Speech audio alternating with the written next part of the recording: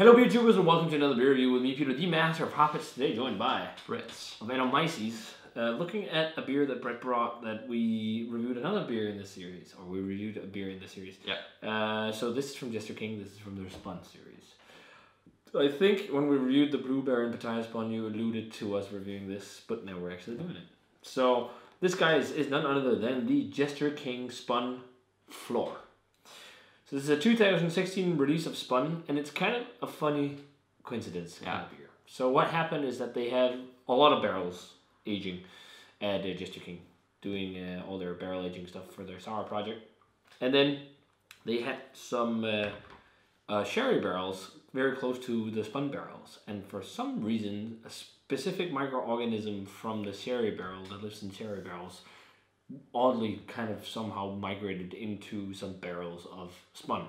Yeah. It was supposed to be for something else, but the character was unique and quite different, very good. They liked it, so they decided to go with it and release this beer. And actually it's gotten a lot of acclaim. A lot of people really enjoy it. So the base for this is, it was brewed in 2014. It's 60% malted barley and 40% raw wheat. They boiled it for 4 hours with aged hops, and then they inoculated the beer overnight in their cool ship with naturally occurring yeast and bacteria, just like lambic. And then it's 100% spontaneously fermented in oak barrels. They don't pitch any bacteria or anything, and blended across the same vintage, which is really cool. So they're really trying to do exactly what they do in Belgium for lambic, which is awesome. And yeah, they say this is a unique testament to the resilient and unpredictable nature of microorganisms, which is very true. I mean, it's crazy that it could migrate out of a barrel. Yeah, it sounds a bit crazy. It must have been some drippings or something. Yeah. From it. I don't know. But we have the SPON Flor poured. So 2-year-old vintage now. And that looks nice in the glass. Yeah, it looks like a lambic. I got the last pour. Oh yeah, so there's a bit of yeast. But yours is a bit more hazy. Yeah, but yeah, there's a good yeast cake. I got some of it, but that's how it is. Yeah. But yeah, yours is quite clear. It looks like a goose. Yeah, yeah. But some gooses also have some sediment in the bottle. Yeah. Whitehead. Let's check out the aroma.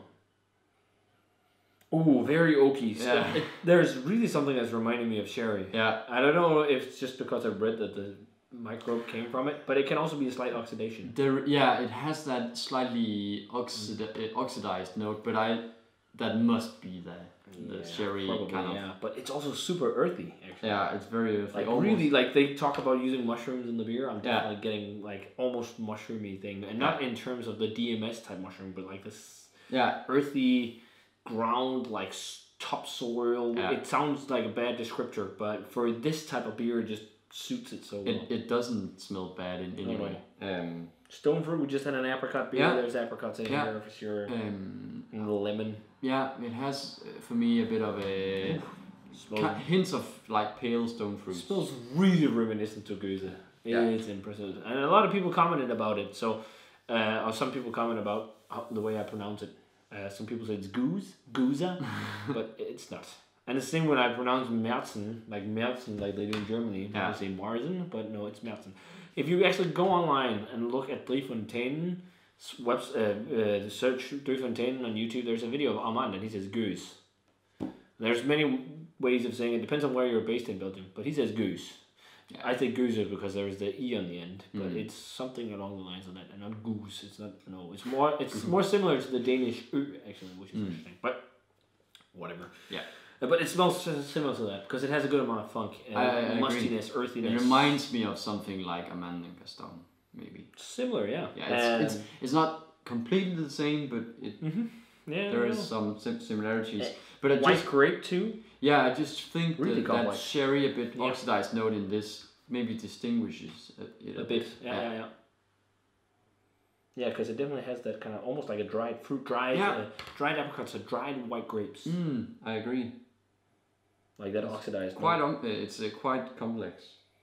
Yeah, and in terms of funk, it's mostly this. I talked about like an earthy funkiness, but also definitely there's the classic kind of barnyardy. Yeah. Aromas, but you kind of forget about that sometimes because you're just used to it. It smells quite nice. Yeah, it smells really nice. Let's try it. Cheers and thanks for sharing. No problem. Oh, that's really nice. That is so similar to Gruza. That is probably the most authentic attempt I've ever had at trying to recreate Gruza from another country. Yeah. Wow, they really, especially that oaky, funky aftertaste. Yeah. The most funky American beer I've had. Absolutely. For sure. Yeah. Oh, so balanced too. That is really good. There's definitely some oxidization type of thing going on. Probably mixed with this microflora or the floor. Yeah. They talk about from sherry barrels, because there is this sherry vinous dryness to it. I agree. And also that pale stone fruits. And a touch of caramel. A really nice oak character. Lots of oak, lots of dry oaky, like really oaky vinous white wine character. Corky. Tannins, white, like almost like grape skins. Tanniny flavors. Definitely also a bit dusty. Of cork, as you say. It's dusty. It's a bit musty. Yeah. It has lots of that earthiness too, like that topsoil, mushroomy earthiness going on. I mean, it sounds like weird ass flavors you're pulling on beers like this, but that's what you get. But it just suits the style of beer so well, and it's you don't knock it till you try it. Somehow these flavors just really work together in this kind of beer. That I love that it has that. Still some kind of fruity notes, but also those very funky, unique. Maybe even getting a hint of pear on it. Yeah, because there is some sweetness. Yeah, and it's almost pear-like. Yeah, actually, the aroma is quite. It's quite like pear. That is probably one of the better Jester King's beers I've had. And in terms of sours, that is fucking awesome. Yeah, I'm not as blown away as I've been with like some of the Belgian lambics, but it is like. I think if you put it in a blind tasting, it would had to be a very trained palate in order to distinguish this from a Guza. I think so. And that's a very cool achievement, because in the States, I've always said like, oh, it's not exactly the same in terms of funkiness. I think I could be fooled with this. Yeah. But this is really good. Really it's not as good as something like Sen. Sen was insane. Yeah. That's like one of the best Guzas I've ever had. Yeah, that's just absurd, but. I still think it's not far off. No, I'm thinking 95, 96 for me. Yeah, I agree. 96 probably. Yeah, 96. This is really good, guys. Yeah. I mean, it's like 10 times the price of Lambic. That's because we're in Denmark and it's higher and all this. But I don't know how the prices are in the States, but if you can get some SPON Flor, get it. Especially if you love Lambic. Really damn amazing stuff. They really achieved what they set out to do. Try and make something similar to Belgian Lambic, Belgian Guza, which is awesome. So, if you guys have a bottle in your cellar, crack it and check it out. If not, try and trade for it, because it's damn good. So if you guys had it, let us know what you thought of it. What's your favorite SPON beer in Jester King's SPON series? Let us know. And as always, remember to comment, subscribe, check out the Facebook fan page and Twitter and Instagram, and give this video a thumbs up if you enjoyed it. And cheers to Brett for sharing this gem. No problem. Cheers, man. See you in another beer review.